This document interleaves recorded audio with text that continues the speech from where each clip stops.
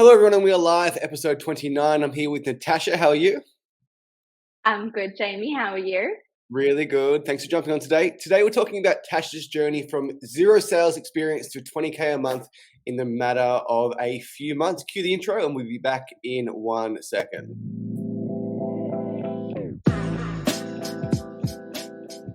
Welcome to the Fitness Business Growth Podcast, a podcast run by gym owners for gym owners.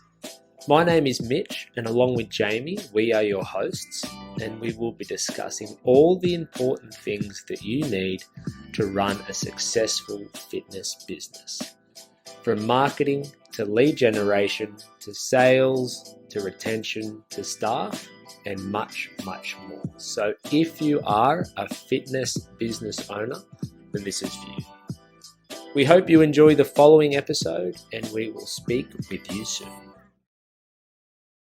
And Tash, we're back, and you are live from Bali. I know. How crazy is that? I left Sydney and now I'm in Bali. So you're actually a digital nomad that everyone claims to be. I know. I'm actually living the digital nomad life. I've been working on this for maybe the past 5 years, I would say. This has been on my long-term vision. Long-term vision. And what is the life of a digital nomad, Tash, for those who don't know? No one shows you the struggles. the Bali belly, the homesickness, a bit of loneliness, like when you leave your social circle, it's a huge thing.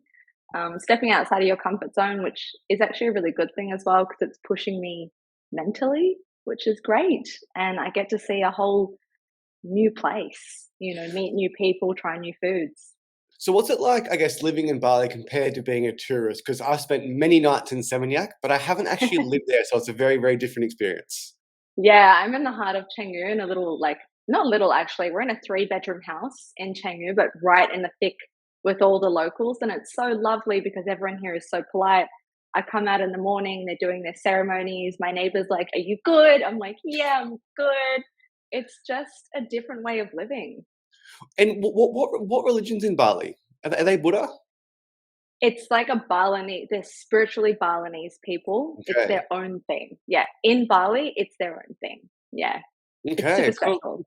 cool. And are you being treated like a local now? Are they not ripping you off anymore? You're paying the real price. You're paying the real price for the Ray-Bans? I will say my partner bought fake Birkenstocks and he paid $70. He got So we ripped. definitely got ripped off. Yeah, far out. I'm sure he said they were real. He thought they were real. It's fine. They look real enough. But now we're just sticking to the local prices, which is, crazy cheap. And I guess we'll get into the topic today, but I'm just really curious about just living in Bali and working overseas. Before we went live, I said to you, I think I would struggle because I would be out partying, out drinking, out living the Bali lifestyle. Did you have a week holiday before you got into your real life, or what was that journey like from landing in Bali to jumping on a sales call? Nope. The next day, I just settled everything, made sure I had working Wi-Fi, and I was straight on the calls again. My partner and I made sure that, we have decided not to drink anymore.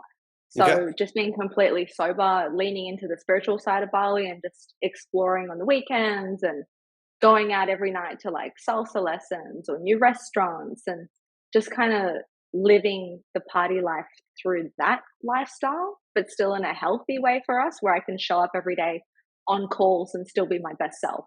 Yeah, cool. So you're getting salsa lessons, is that correct? Yeah, well, I am Chilean, so I know how to salsa, but I think it's more for him. I had Palmer on our podcast last week. I'm getting married November 9, and I'm literally the worst. You've seen me dance, actually. The worst dancer on planet Earth. I wouldn't say you're the worst. Almost the worst. But I need to get lessons for the wedding, so I need to book in some salsa lessons or some type of lessons. I don't know what I'm going to do. Nice. Might just That'll be very beneficial. Yeah, I might just do the classic 2-step taught in every Australian primary school. Yeah, as long as you got the head nod, you're fine. Cool. Well, Tash, we met maybe 6 months ago, selling for multiple high-ticket fitness brands across Australia. And what really impressed me about you, and I learned more and more as I went on, before you did a sales call, you had next to no experience in sales. So I believe it takes time to get good at sales, but you can have certain characteristics, certain traits that make you good at sales straight away. So Tash, what were you doing before you started selling $3,000 programs over the phone? Yeah, so I My sales experience, I would say, is from retail, from maybe 14 years ago, selling clothes in Glue Store official. That's it. Other than that, I've been in media, marketing, which I guess is it's still sales, but numbers side of it, never talking to people, and then working as an LAC for the NDIS. So in the disability sector, working with people with disabilities, being empathetic towards them, kind of walking them through our packages that we had for them. So it's kind of similar. What does LAC stand for? Sorry. Local area coordinator. So I would be the person who would meet with the people with disabilities and their families, find out what their needs are. Because in Australia, we have a really great disability scheme. I mean, here in Indonesia, they have nothing. So we're Yeah. very blessed where we come from. But basically, I'd find out their needs, put together a whole plan for them, get it approved with the NDIS, and then I'd walk them through their new paid supports on how their life could become easier with the That's supports that amazing. I've given them. One of Yeah, my good friends, James, is involved in a company called WeFlex, and they actually provide nice. personal training to NDIS clients. And it's amazing. Like they can just literally sign up for it, and they get free sessions, which is really cool. And the trainers get clients, so it's an absolute win-win-win. Yeah, no, I used to However, push PT a lot. yeah, if I was to say that you are now one of the best fitness closers in Australia, quite often the job before it would not be an NDIS coordinator.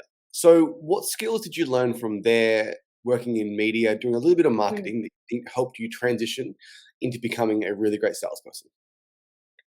I have always been a people's person, always been really, I guess you would say, gift of the gab. As you can tell, I like to talk, which is good. I've always got words kind of flowing through me. I love to empathize with people and understand their situation and meet them where they're at, not where they want to go. So, really getting on that kind of micro level and understanding what they're going through is super important. For me, selling is just like serving, and that's what I did in all of my past jobs. I always loved helping people. I've been volunteering in different countries around the world with orphaned kids as well. Like giving and helping is just what I love to do. So So, that's just kind of come across so servicing someone over selling someone. I like that. It's 100%. cool.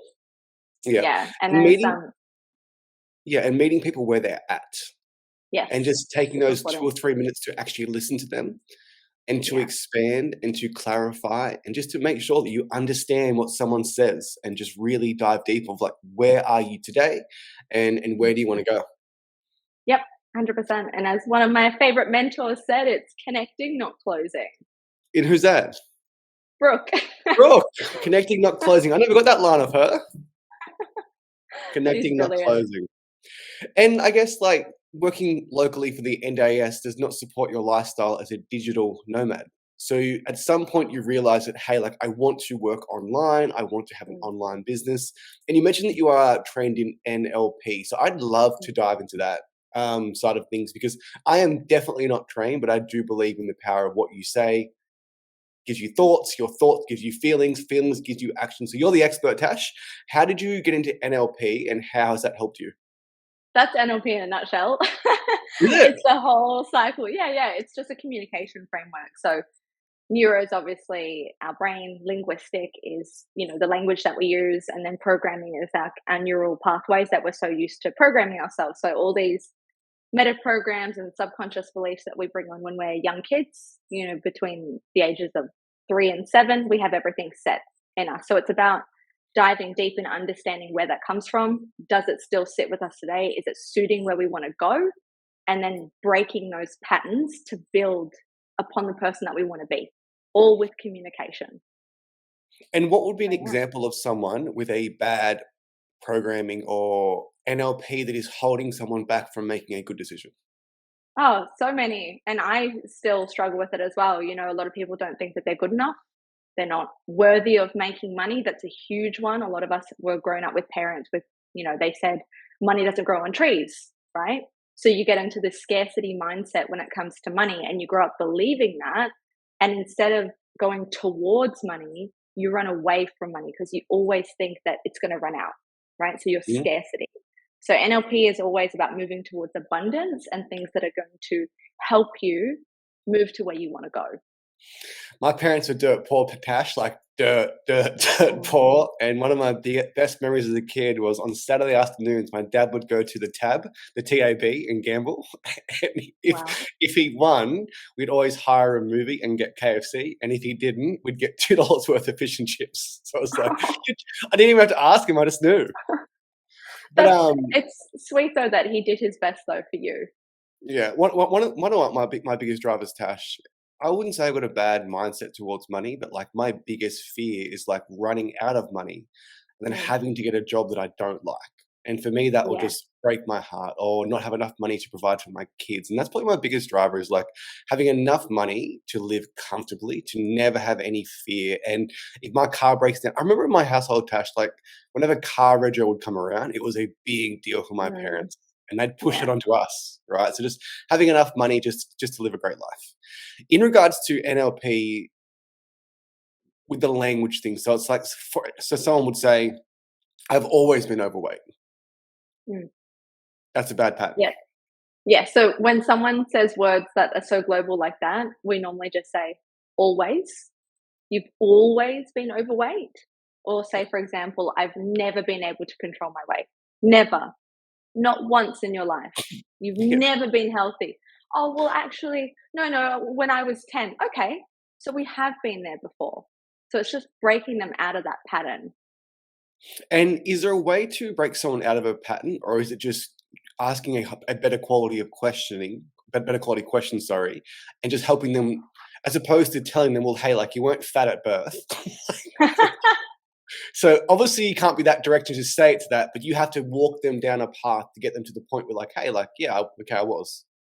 Yeah, so that's NLP communication is questioning. So just keep going down the levels, just deeper and deeper and deeper until you get to the root of what's going on. So basically, not paying attention to the branches, which is kind of like a little lies, if you want, that kind of cover the truth, and getting to the root cause. So what I was saying when someone says, I've never been this, you just say never, and then you let them continue. And then you just keep picking apart the words that they're using, and they'll start to unravel themselves. That's what it's all about.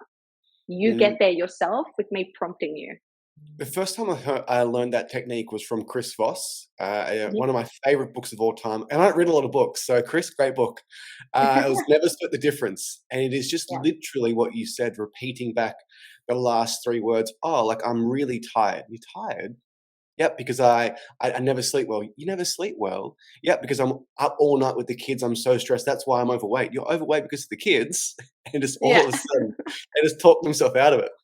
Yeah. That's literally the beauty of it. You don't have to do anything besides listen and prompt and just be there for them. What's your biggest transformational experience you've had with NLP where you recognize someone had a really bad pattern, a belief, and you broke it down in a way where it truly helped them realize, wow, like it's my fault. I need to make a change, and these are the steps I'm going to take. Mm. The biggest transformational experience I've had has been with myself, NLPing myself, and then working with a practitioner to break down my own stuff using timeline therapy, which is a bit more of an advanced technique, like going back to childhood, fixing what's happened there, and then coming back as a fully grown adult in this timeline and absolutely slaying it. But in terms of working with clients over the phone, I get to use NLP every single day. So I think it was about 2 weeks ago, I sold this lady. She's in her 70s, no self love, no confidence, like newly single, widowed, everything. So, kind of going through a new transformation in life. Never put herself first, always put the kids first, always put the husband first. And so she was stuck in that mentality of, do I spend money on myself? I don't deserve this money on myself. And so we got to break that down together. And then she paid in full and she's having a great time, you know? That's So getting awesome. someone across the line like that, is what makes it worth it. And servicing and not selling.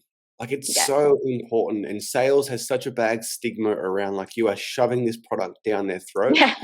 Yeah. Even if you can shove a product down someone's throat, and there are salespeople that have a tremendous amount of conviction that bulldoze people, it often ends in refunds. It often Mm, ends in buyer's remorse. And if that person hasn't made the decision, the likelihood they follow through on that program for 26 weeks and actually commit to the process, submit to the process, is so much less likely. yeah. 100%. You've got to just be a proper human. That would probably be my number one tip, is just be a good human. Don't shove something down someone's throat.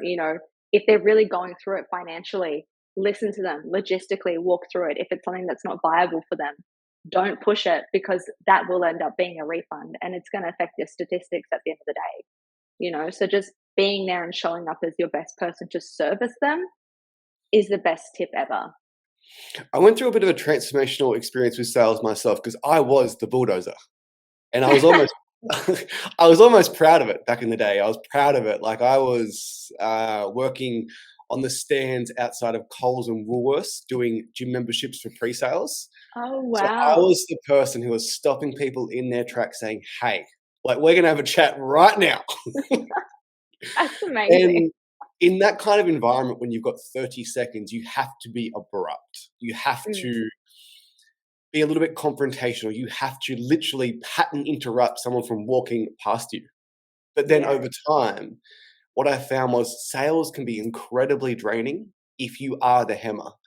Because Mhm. all you do on the phone call is you're talking for 25 minutes and they're talking for 5 minutes. When if you ask the right questions and you use advanced NLP skills, they're talking for 25 minutes. Yeah.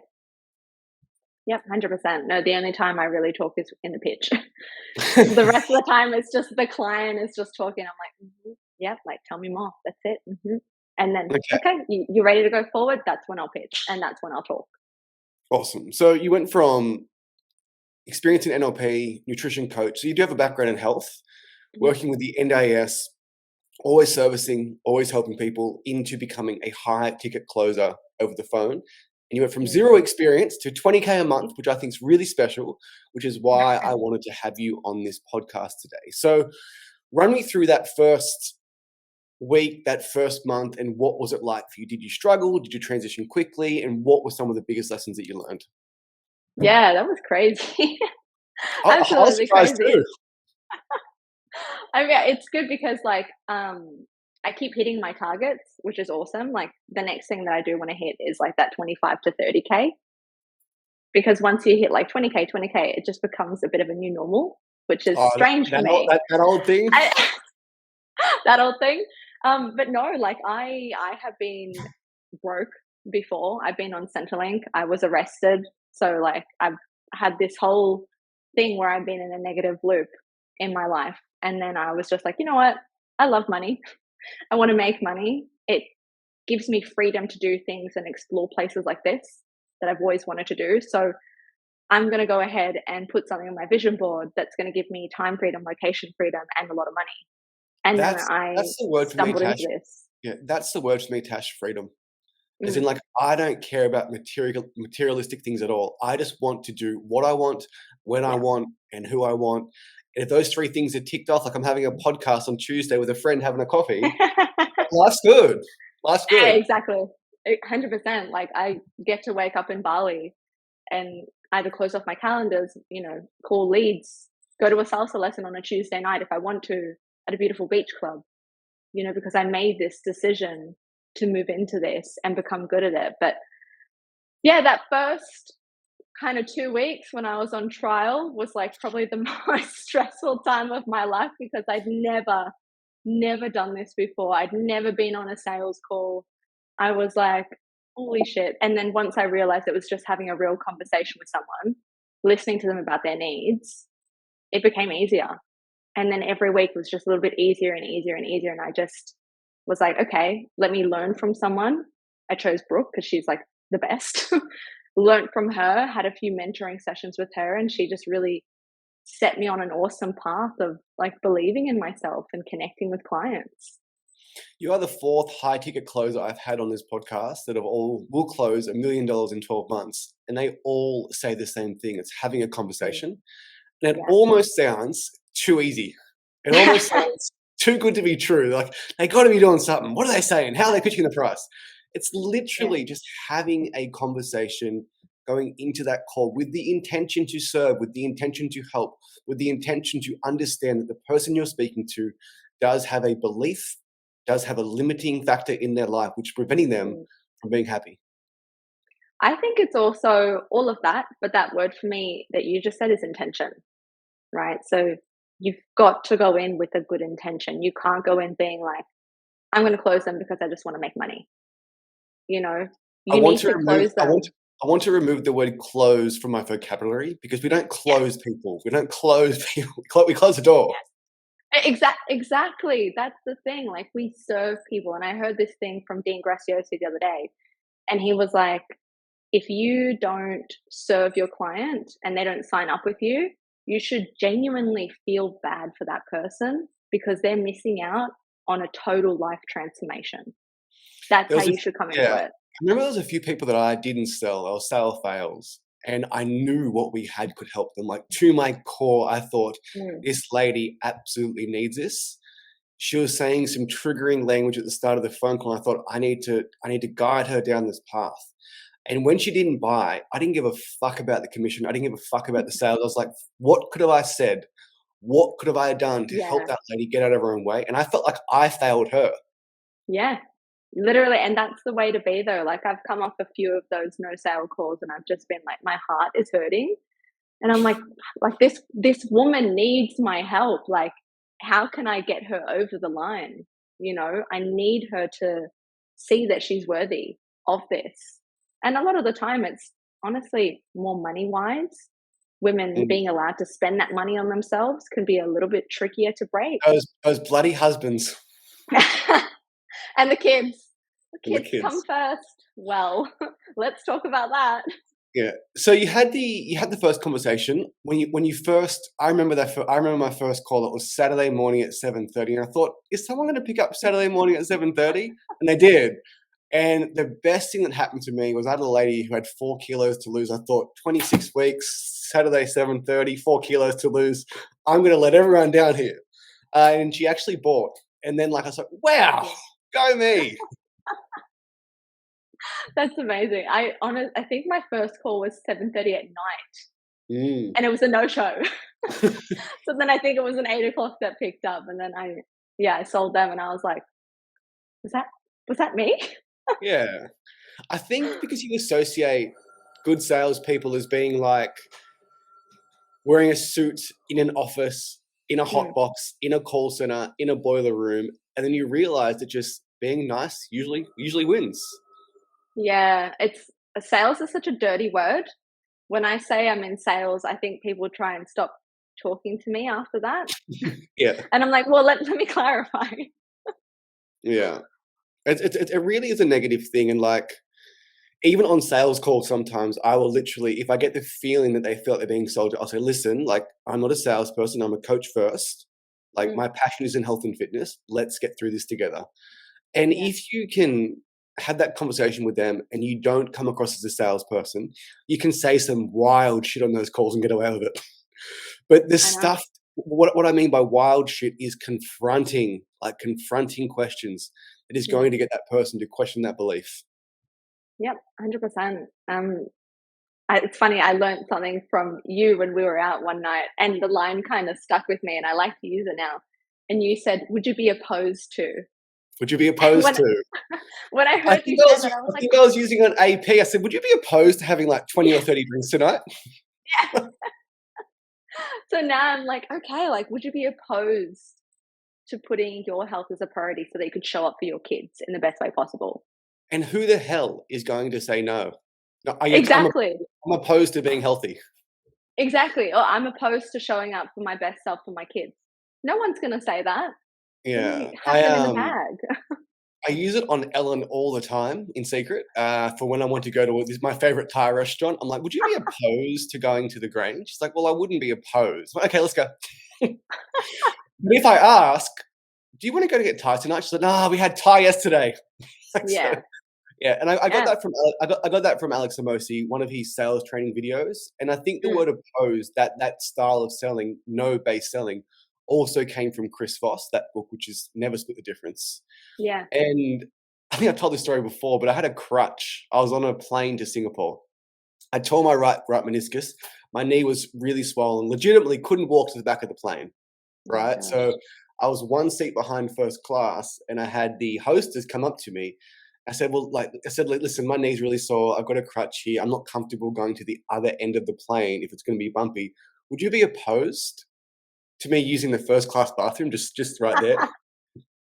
So of course not, sir. Of course I wouldn't be opposed. But Ellen, but your partner can't come. Only you can. Yeah.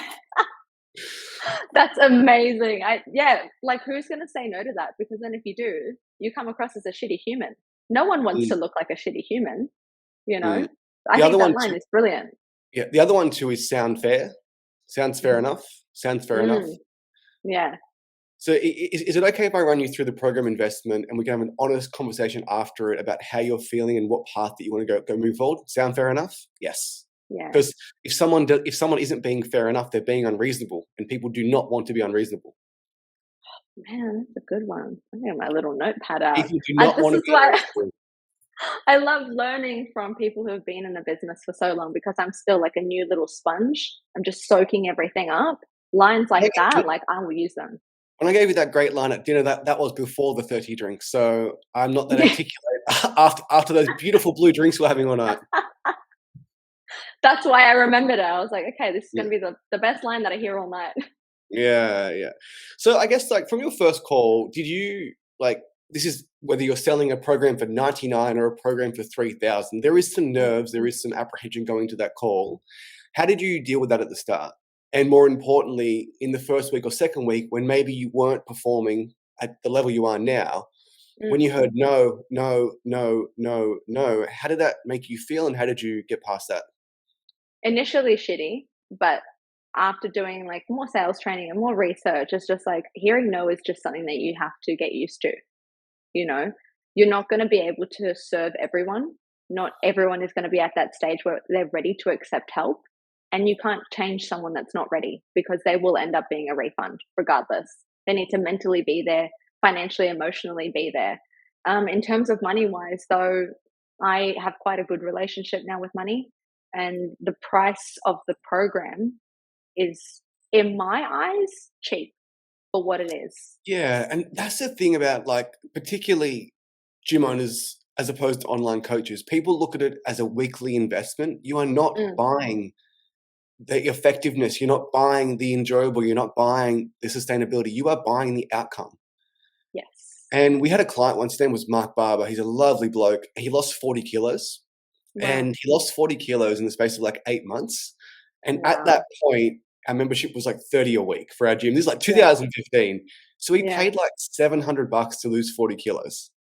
Right. And I Wow. said to him, I said, Mark, would you pay $7,000 to lose 40 kilos? And he would have threw his credit card at me.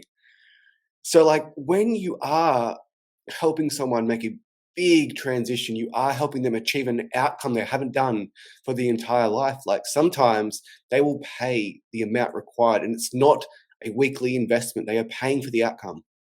Mhm. A line that I really love to use that kind of sits really well with people is, do you want to pay the farmer now or pay the doctor later? Like, what's I that like worth that. to you?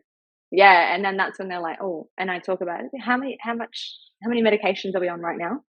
Okay, so what does that look like in 10 years if we don't change? How many meds are we on then? Sometimes when people say that they don't think they're going to make it, I'm like, okay, so what's that worth to you to stay out of that casket? Like you just said, stay out of the ground or anything. Okay, so here's the price of what we do. Let's find something that works. Okay, you know, it's like it's not money for money, it's money for not dying, staying Yeah. away Money from for not dying. diabetes. Yeah, Yeah. like what's that worth to you? You Yeah. know? And it's just like if someone loses 40 kilos, it prevents them from getting a knee replacement in 10 years. Like, what is Mhm. that actually worth? What is that Mhm. fucking worth to that grandma who can't get down and play with her kids because her knee is so sore she Yeah, can't get back up? Of course, it's worth $3,000. 100%. Yeah. However, grandma can't articulate herself that well. So you need to ask those questions and bring grandma Yeah. out of her shell, right? And I Yeah. think I think human beings are amazing at protecting their own feelings. Like they're amazing at lying to themselves and not Mm. confronting the truth. And when you ask someone, no, no, no, no, we're not moving on from this. Like, what is the outcome if you don't? Yeah. Yeah. Something I actually really struggled with, Tash, at the start was the cost of inaction. Because I'm a nice Yeah. bloke. I thought you just And said you're a bulldozer. yeah, I was a bulldozer, then I went the other way. I spent too much time with Brooke. Um, But I remember going through the why sometimes, and I kind of had the prospect where I know they needed to be, and I thought, do I ask the cost of inaction? Do I really go for it here? And Yeah. I not just myself, I find lots of salespeople struggle with it, just to ask that next question, to ask that tough question. Because if someone's told you they're 40 kilos overweight, they haven't slept with their husband, and believe it or not, you hear it on calls. I haven't slept with my 100%. husband. I Yeah. haven't been naked in front of my husband for 20 years. Yeah. Then to ask, so like, if you don't lose this weight in the next 2 weeks, 2 months, or a decade, like, how is that going to impact your marriage? Yep.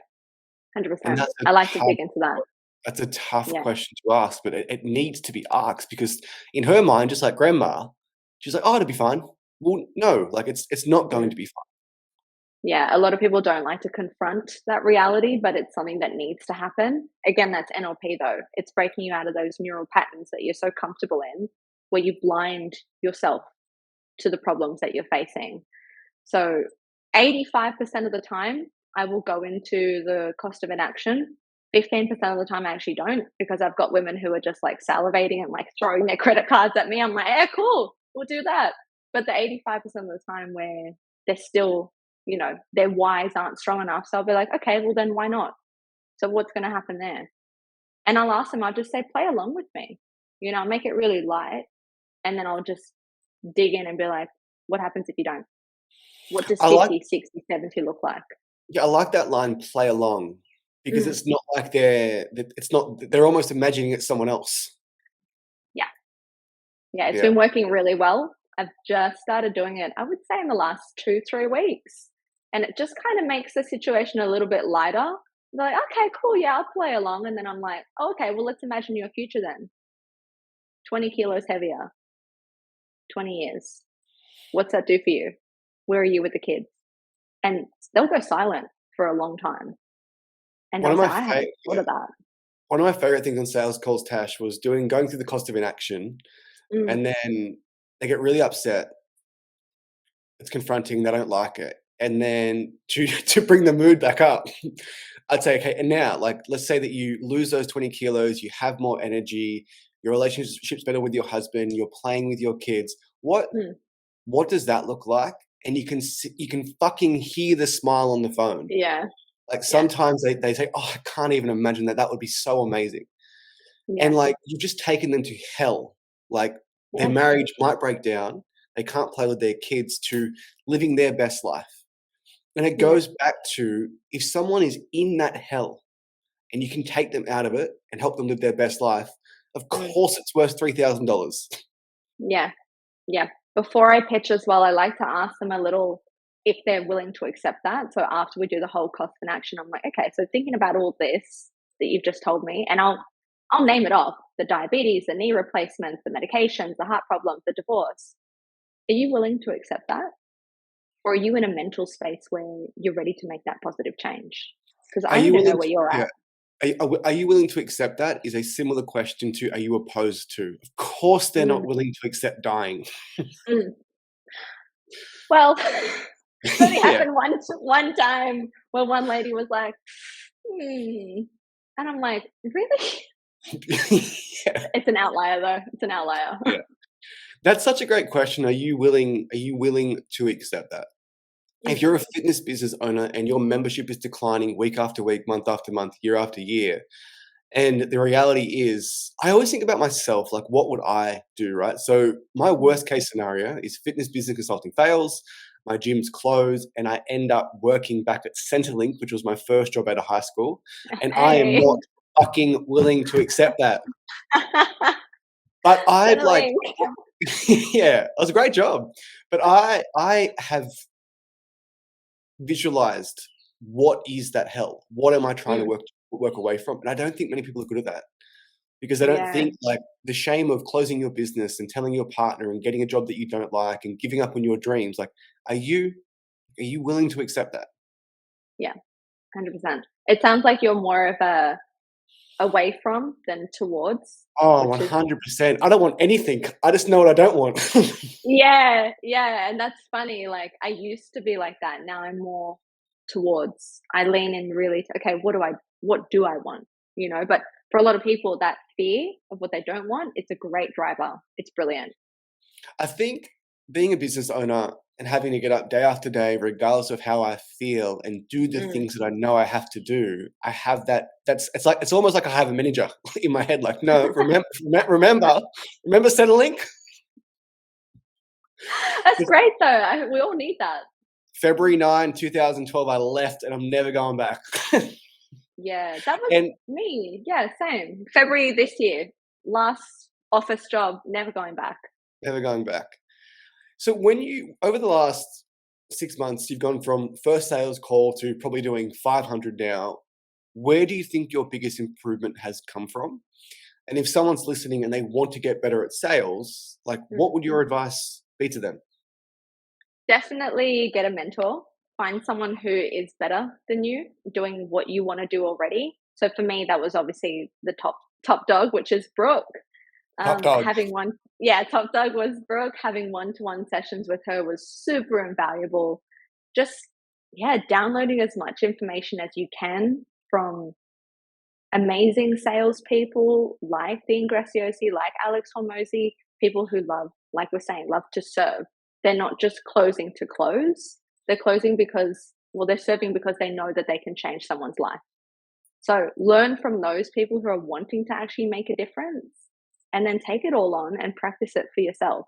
And the only way to actually learn is to get your feet wet, to actually do the work. Otherwise, if you don't jump on any calls, you're never going to get better.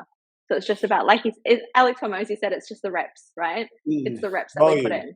It's a volume Yeah. game.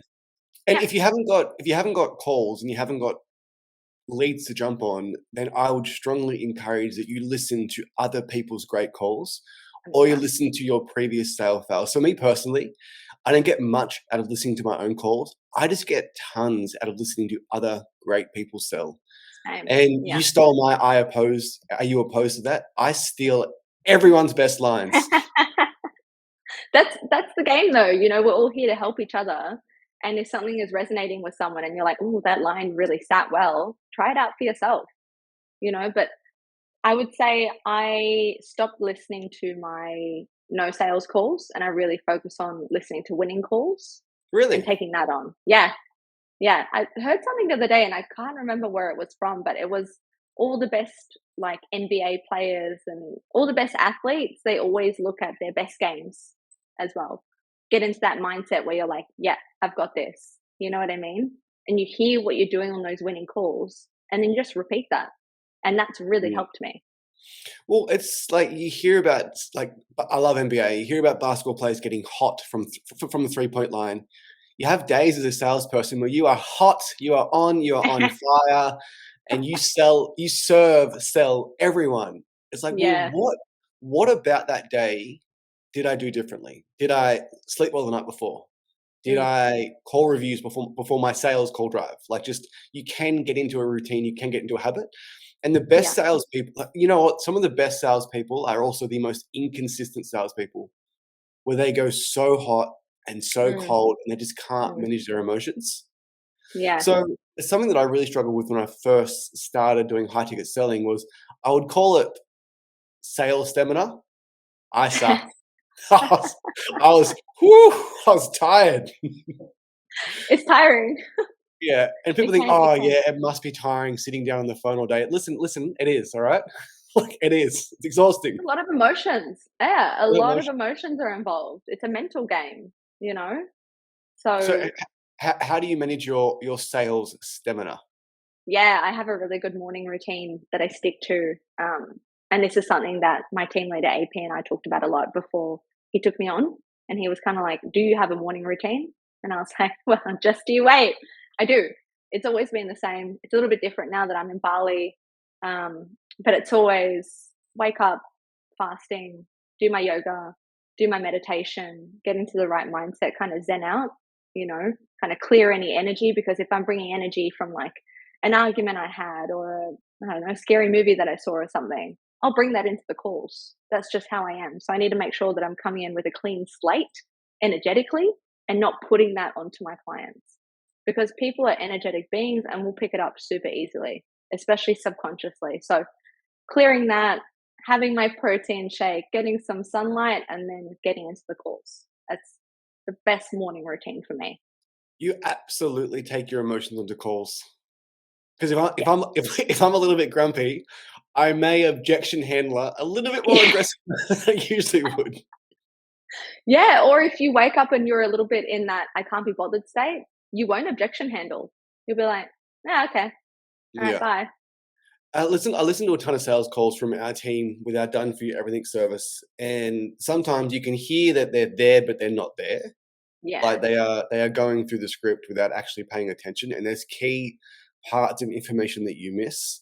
And if you aren't listening, people will pick up on it. And more Yeah. importantly, like that key piece of information, minute 3 into the phone call, that can be the difference between a sale and a sales fail. If you hang on, well, let's just explore that for a second. You've gained X amount of weight in X amount of weeks. Like what happened there? Mm. And if you miss things and don't wrap them into your pitch, you will get a lot of sale fails. The other thing too, Tash, it pisses me off is like if you're tired, if you're angry, you had a fight with a partner, it's hot, whatever the case may be, you know what makes you feel better? Fucking making sales. Yeah. Like it is the highest form of dopamine on earth, I think. I have to agree there. 100% is when you close someone, especially when they're like, you've got the highest form of commission, which is like a pay in full or a big payment plan that's paid in full. And it's just like, okay, I made or thousands of dollars in like 2 hours. Amazing. I feel great. Let's do Yeah, more of this. gets you out of the slump. Yeah. The 20K commission months, it's a hard thing to hear for salespeople that make 5K a month. It's also a hard thing to hear for gym owners that make $0. So Mm. people will hear that and think you're lucky. And that goes back to NLP. That's a belief. Yeah. That we make our own luck, right? 100%. So Yeah. I guess what besides wanting to have that digital lifestyle, be the digital nomad, like what has led you to going from 0 to 20K a month? Like at the essence, at Mm. the core, why do you think it's happened so quickly? Yeah, so I've asked myself this question quite a lot, and I always end up with the same answer. And I've been very open with my team leader as well about this. And my driver is just, I want to have a family in the next 5 to 6 years. So it's kind of like these are my hustle years, as we'll call them, because when I have kids, I want to have the opportunity where I don't have to work if I don't want to, or if I want to be on a sales call for 1 or 2 days a week maximum, that's up to me. And I get to spend the rest of that time raising my family. So making money now, investing that money, making my money make money is super important to me because I want to be that mum that gets to spend all her time with her family and take them to Disneyland, like on a whim, like that. Mm. That's what I am going to be. So And that's my driver. Tash, what happens if you don't achieve that the next 2 weeks, 2 months, or even a decade? That's not an option for me, Jamie. So you're not willing to accept that. Not willing to accept that. I already know what is coming for me because I've set it out. Like I'm very intentional with what I want, not willing to accept otherwise. And that is Tasha's strong why. So Tasha's why is to be the world's best mum, to have unlimited freedom, unlimited time, and take her kids to Disneyland and live the Yeah. life that you want to live.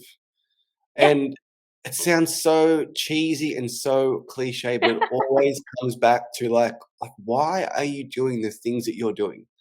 Yeah. It's like, and whether it is you're driven by what you're moving towards or driven like myself from what you're moving away from, Yeah. is that why at the forefront of your mind? Do you wake up thinking about it? Do you go to bed thinking about it? Because if you have a strong why, it's very, very difficult to not be motivated.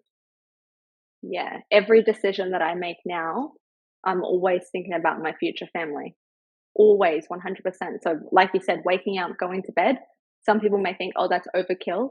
Well, I'm still enjoying my 20s. Like I'm having a great time. But there's a part of me that's living for the now, but also planning for that future that I know I'm going to have. Because I know I can't just get to the age of 34 or whatever it is that I want to have my first kid and then scramble for money and start all those arguments like, we don't have enough for my lifestyle, for the kids' lifestyle. That's what's not going to happen. So for Yeah. me, it's starting now. So Mitch, my business partner, he's having a baby like late October. Oh, So it's nice. going to be a big change for both of us. Yeah. Because we are like in each other's pockets, right? I'm getting married. I want to have a kid too. And we had the same thoughts. Like I love our gyms. They are fantastic. I'll have them forever. But we Yeah. need to build the business that we can actually step out of, have our trainers step into, so that we can be amazing parents and amazing husbands and do the things that we want to do. And if anyone's listening, like I would encourage you to jump on a sales call with Tash and get super clear about your why. And the thing is, like, it's really, I find particularly fitness professionals, salespeople, they're hypocrites. Mm. Because the same way you take someone through a sales call, a sales process, like, what's your current situation? I have $1,000. I want $10,000.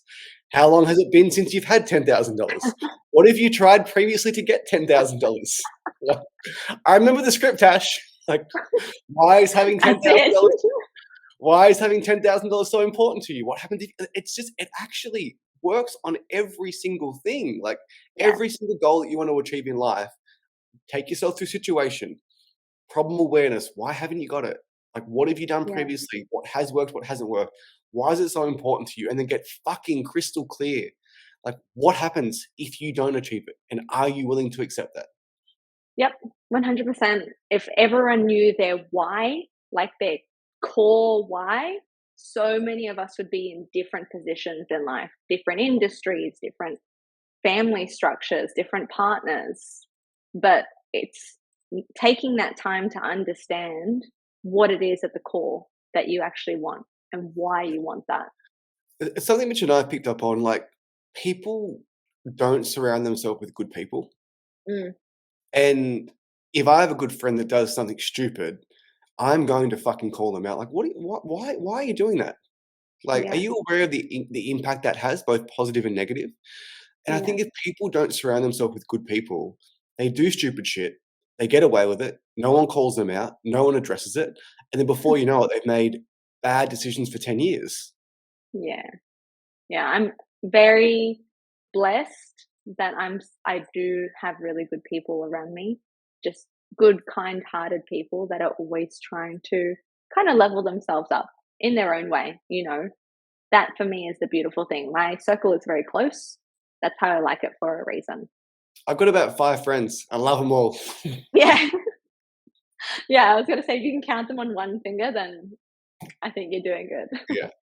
Lots of the stuff that we talked about, Tash, on this podcast, it's things that you hear often from the people that we look up to, people who aspire to be like, which is just like, serve, don't sell, Mm, like, be a good human being, have good intentions, do the right thing by people, treat people how you want to be treated, surround yourself with positive people, and understand your why. And yeah, all these things are things that people already know. Overweight women know about the calorie deficit. yeah, However, we don't do it because what we all need and what we all truly need is that accountability. yeah. That's the key word. It Yeah, really, really is. Like, you can get if you want to learn how to sell, go listen to Jeremy Miner's podcast, go listen to Alex Mosi's podcast, Matt Ryder's podcast, Dean Graziosi, Jordan Belfort. You know where to find the information. However, yeah, once you start selling, you need that feedback. yeah, And it's feedback that Alex Mosi can't give you or Dean Graziosi. It's feedback that someone can give you who has gone through the exact same sales call to yeah. identify what went wrong. 100%. Yeah. That's why I said like finding that mentor, someone that you can lean on, and ask for that feedback. I mean, AP, my team leader, fantastic feedback. Especially in the beginning was just like, oh my gosh, this is so good. I remember my first ever interaction with AP, and I'm very, very blessed to call him a friend now. He was almost confused. He's like, "What? What?" Because I had the gyms right. He's like, "Why are you applying for this job?" I said, "Oh, I think I could sell. I really want to find out." It's one of the best. And then, like about a month later, I had a killer month. It didn't take me Yeah. long. And he said, I can assure you, you can sell." Yeah. Right. Okay, So, cool. I'm good. yeah. And I guess for me, like, maybe you can break me down here, Tash, with your NLP. Like, I have such a strong identity as a good salesperson, Mhm. I and think that's great. And it would have broke my heart if I wasn't. So I had to find out. Yeah, but see, you were a good salesperson because you identify as a good salesperson. So that just comes to the whole point of you create your own reality. So what you think you are. You know, if you think that you're shit, you're going to be shit. If you think that you're great, you're going to be great. You believe that, and so it is. Fundamentals of the universe. Yeah, of course. So just believe in yourself, have that core identity. So yeah. Tash, the next 6 to 12 months, what does it look like for you living the digital nomad lifestyle? 6 to 12 months, continue enjoying Bali, hop over to Thailand, maybe Japan, Philippines, Vietnam, all the good stuff there. Just kind of go where the wind takes us, my partner and I. Yeah, keep selling, keep investing, keep growing financially and spiritually, emotionally, mentally. This is a big growth period for me. So I'm going through some growing pains, but I'm loving it at the same time because I know where I'm going to be. It's going to be awesome. So yeah. Yeah. Every single year I've thought, I can't get much better at marketing and sales. Like I've had a great year. And then every single year I look back and think the old Jamie sucked. Like that guy, I actually, the further you go, you realize just how much you don't know. And that's the whole point though. When you're constantly learning, when you're constantly improving, that's where true joy and happiness comes from. You know, getting better every single day, every single year, every single month. That's the goal. You know, be better than you were yesterday, and you've done a great job. And Tash, before you go, I want to explore one more thing. You have your own coaching program where you help people with NLP. Tell me about that. How does it work? And how would people contact you? So you can find me on Instagram at Natasha Alexis Coaching. If you do want to explore, you know, your own whys and where you want to be and all of that kind of stuff, you know, I'm always there to give you advice and start breaking down, you know, your meta programs and seeing what's not serving you. So we all have it. It's nothing to be ashamed of, but it is a very emotional journey. So I would say if someone's emotionally ready, then reach out. Yeah, I'm going to book in a call, Tash, because I'm addicted to Pepsi Max. I need to get off it. That's a whole different. We can explore that later. Well, Tash, I want to thank you so much for coming on. As I mentioned, I am so impressed by you. When I first met you, I thought, who is this girl and how is she selling so well so quickly? She reminds me of me. Thank you. I'm kidding. But seriously, to go from 0 to 20K a month is absolutely amazing. And I truly think it comes down to just being a good human being. Yeah. No, I agree. Thank you. Right back at you. It's good humans that win the race. Absolutely. Well, Tash, thanks for jumping on. Appreciate it. Thanks, Jamie.